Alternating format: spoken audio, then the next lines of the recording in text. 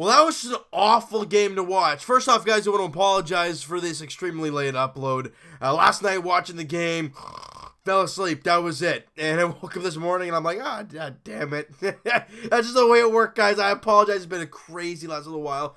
Sleep has been hard to come by, especially with these late games that have been happening. I apologize to you guys for this extremely late upload. But here we are. And the Blue Jays just do not play a great game. And they lose 6-3 to the LA Angels and lose the series. You know, it's funny. You go back to that road series in Minnesota and then in Oakland, right? Where the Jays won 6 of 7 on the road. And we're like, wow, we're feeling great. So you sweep Oakland, okay? That's just what I'm going to get at here.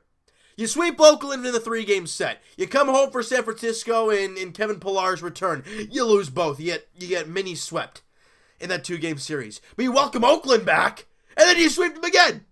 Then you go on the road to not face Oakland and face LA, and the Jays lose their last 2 games. Bottom line, over the last, let me do some math here, 2, 4, 7, 10 games. The Jays are 6-4 in the last 10. Not bad. All 6 wins are against Oakland. I mean, the Jays can't beat anybody right now other than that team. And it was just an early comedy of errors. The brain mistakes. And not even the physical mistakes. It was the mental mistakes that really killed this team early on. Very first inning. Okay? I think it was runners at first and second with 1 out. And a ground ball gets hit to Brandon Drury. Not very hard. Mike Trout running to second base. The smart play by Brandon Drury, because it would have been a very tight play at second, to get the out at first, you have 2 away, and you just get the next game. There's 2 runners in scoring position, but there's 2 out. Instead, he tries to throw to second to get Trout out. That rhymed. Didn't mean for it to, but it did. And he's safe. Bases are loaded. 1 out. Then Albert Pujols drives the ball to center, and it's a sacrifice fly. 1-0 Angels. But Randall Grichuk on that play, instead of throwing to second base, because again, Mike Trout is running to third. He ain't a slow guy. You're not getting him at third base. You throw it to second, you keep that runner at first base, keep the force at first and second, and keep one runner not in scoring position, but instead he throws it to third base. Both runners move up. Now they have 2 runners in scoring position with 2 away. Now, luckily, those runs don't come in to score, but it's the mental mistakes that are really killing you. And then we go to the inning where they blow this game wide open in the 4th inning. How does it start? Catcher's interference from Danny Jansen. I think Marcus Stroman was up in the count by like 0-2 or 1-2, and Danny Jansen tries to grab at the pitch, tries to reach out and grab the pitch, hits Cole Calhoun, swings the bat, it hits his glove, catcher interference, leadoff guy gets on base. Now we'll get to how that, remember, that's how that inning started. Jonathan Lucroy singles, then Bohr walks, then Fletcher flies it to Grichuk, who actually keeps the runners on it, so nobody comes home to score, and there's the bases loaded but 1 away. Then Stroman walks the bases loaded, LaStella walks, and in comes Cole Calhoun, and it's a 2-0 game. Problem, you still have the bases loaded, 1 out for Mike Trout. And he doubles to left field and clears the bases. It all started with a catcher's interference play. Again, it's the small brain things that happen that have killed this team. Now, Stroman got into a whole bunch of trouble in that inning. Look, they didn't give up a lot of solid contact. There were a lot of ground balls through holes. But that's the way baseball is sometimes. And then he, obviously he wasn't getting the calls. He was getting squeezed quite often. So then it makes him throw balls over the middle of the plate. But then when he's trying to force strikes, you throw balls. That's where he walks 2 guys in that inning. And then they bring in Daniel Hudson, and, he gets out of the inning. But nonetheless, they give up 4 runs, and now you're down 5, or say it's 5-0 at the time. So a whole comedy of errors. The Jays have no offense up until this point. They don't even have a base runner through 4 innings. And you're down 5-0. A horrendous first 5 innings. Then you go to the top half of the fifth. Horrendous 4 innings. Top 5. Rowdy Tellez up, And on the very first pitch, he gets the ball kind of down and in, and he just kind of golfs at it. But he gets barrel the ball and drills it out of the ballpark for his 6th home run of the year. And he gets to do a 5-1 game, but really doesn't mean a whole lot. And then a fielding error by Billy McKinney in the bottom of the 5th inning. And this is a whole gong show. You know what I mean? It was a complete joke. The ball was hit, and it was looking like it was going to be a base hit. So Billy McKinney's going to play it off the hop. Oh, he just whiffs on it, and it goes all the way to the wall. You know, Albert Pujols is running, so you pretty much he's not going to go home. McKinney then gets to the ball, picks it up, drops it, and we're like, man, this is a complete gong show. Then he throws it into Brandon Drury, and there's no way they're going to, test Pujols. Then Drury fires it home. Wild throw. Goes all the way to the backstop. What the hell happened? Look, defensively and mental mistakes were the complete total gong show of this ball game. And then you go to the top of the 6th inning. In the next half inning, Randall Grichuk gets a two-run shot on a 1-0 count from, I think it was Pena. And that makes it a 6-3 game. We're like, well, we're right back in this. The Jays get 2 runners on. And after that, with only 1 away, Vladdy's up and Brandon Drury's up. Both guys strike out to end the inning. And there goes any sort of rally you had. And the Jays get no offense the rest of the way. And you lose 6-3. It's the mental mistakes. Now, I get it. They're a young team. I get it. McKinney's going to make some errors here. I get it. But, man, some of those are rough errors to watch. And watching Brandon Drury, a guy who's been there, ideally doesn't play second base. He's more of a third baseman, but you got to get the sure out at first base when you know it's going to be a tight play at second, and you're not going to turn the double play. There's no way they were turning 2. I don't know. I just don't agree with it. And Marcus Stroman takes the loss in the game. Tough one for him, right? That first run really wasn't his problem. Ideally it shouldn't have been over. It should have been over at that point. But again, he did give up the runners on base, so you could say that it was his fault as well. And then in that big inning, it all started with the Danny Jansen catcher. And imagine if Stroman got Cole Calhoun out, because the guy's hitting under 200. Right? Imagine if he actually gets him out. You have one out, nobody on. You're feeling good. You're at the bottom of the lineup. You're feeling great. But instead, that leadoff base runner gets on, and it's a complete gong show the rest of the way. Stroman goes 3 1/3, gives up 6 hits, 5 runs, 4 were earned, walked 2, and struck out 3. Yeah, he wasn't great statistically. ERA jumps to 2.20, almost a full point from that game. I think it was 1.43 going into the game.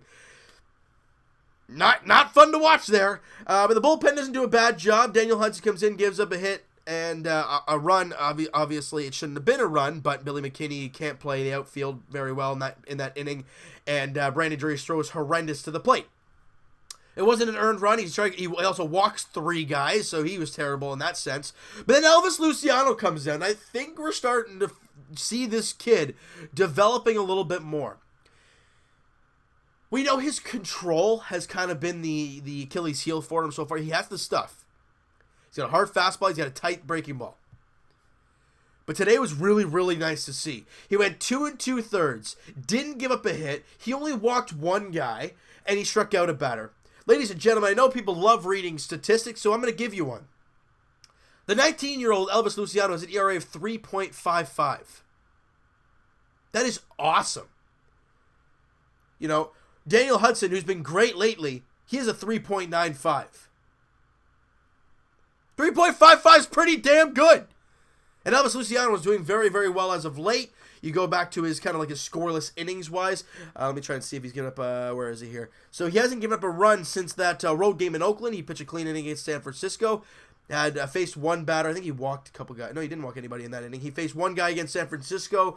He pitched an inning against San Francisco, 1 guy against Oakland, and then 2 2/3 today. So if you want to do the math here, that is 4 straight scoreless innings for Elvis Luciano. 4 straight hitless innings for Elvis Luciano. Yes, he's walked 3 guys in those 4 innings, but he hasn't given up a hit. He's been dynamite. He's been really good, this young kid, and I want to see this guy continue to develop. Joe Biagini threw a clean inning in his I think it was the bottom of the 8th inning. Give up a hit, walked the batter, struck out a guy, no problem there for Big Joe. ERA of 3.21. I know people love ripping Joe Biagini apart, but that's not bad at all. Some of the runs he did give up were big runs, but again, now let's find positives, because you gotta find positives in a game like this. Randall Grichuk went 1 for 4, obviously with the home run and the couple RBIs on that home run. He's now hitting .246 on the year. He's got 5 home runs, 7 doubles, 17 runs scored. He's got 13 RBIs. The problem with Randall Grichuk, though, he struck out 35 times in 30 games. That is not good at all. Rowdy Tellez has a great night at the plate. He goes 2 for 3 with the home run and an RBI. He also walks once in the ball game as well. Great job there. Vladimir Guerrero Jr., guys, is really struggling. I think it's in his head right now. He went 0 for 4 again yesterday with a couple strikeouts. They're throwing him a lot of breaking balls, and he's kind of just waving at it. I know in the minor leagues, they were throwing fastballs and fastball counts and curveball counts, and they weren't quality curveballs. You saw a lot of hangers. In the big leagues, you're not going to see that. You're going to see good located sliders, curveballs, whatever. You're going to see hard fastballs upstairs and jam you inside. They're going to paint corners. He's got to find a way to adjust. And I mean, again, he's only 20 years old and he's played, 5 games in the big leagues? I'm not going to rip the kid apart, but I'm just saying he's struggling right now. Defensively, he doesn't look too bad. He had one tough play in a shortstop. I think it was by Pujols or whatnot, but he made a great play later in the ball game. So I'm not going to give him... He's playing better defense than he is offense right now, and he knows that, and we all know that. But he's 20 years old. 5 games into his MLB career.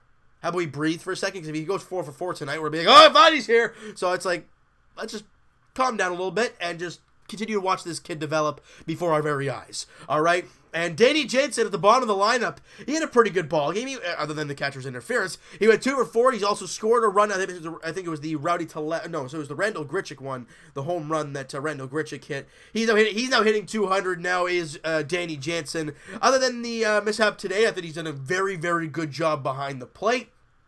And any type of offense this kid can give us is very good. He's at 200. He'll probably be, again, a 250 hitter. That's why I see Danny Jansen being this year. And if he can and give us good catching, I'm never going to complain about Danny Jansen. All right, guys, so the finale of this 3-game set against the Angels goes tonight. It's a 10:07 first pitch there in L.A. The Blue Jays look to salvage the finale of the series there tonight. Aaron Sanchez, Tyler Skaggs are the starting matchups there tonight. All right, so, guys, look, the Jays, I mean... They have a tough time playing anybody against, except for Oakland right now, it seems to be.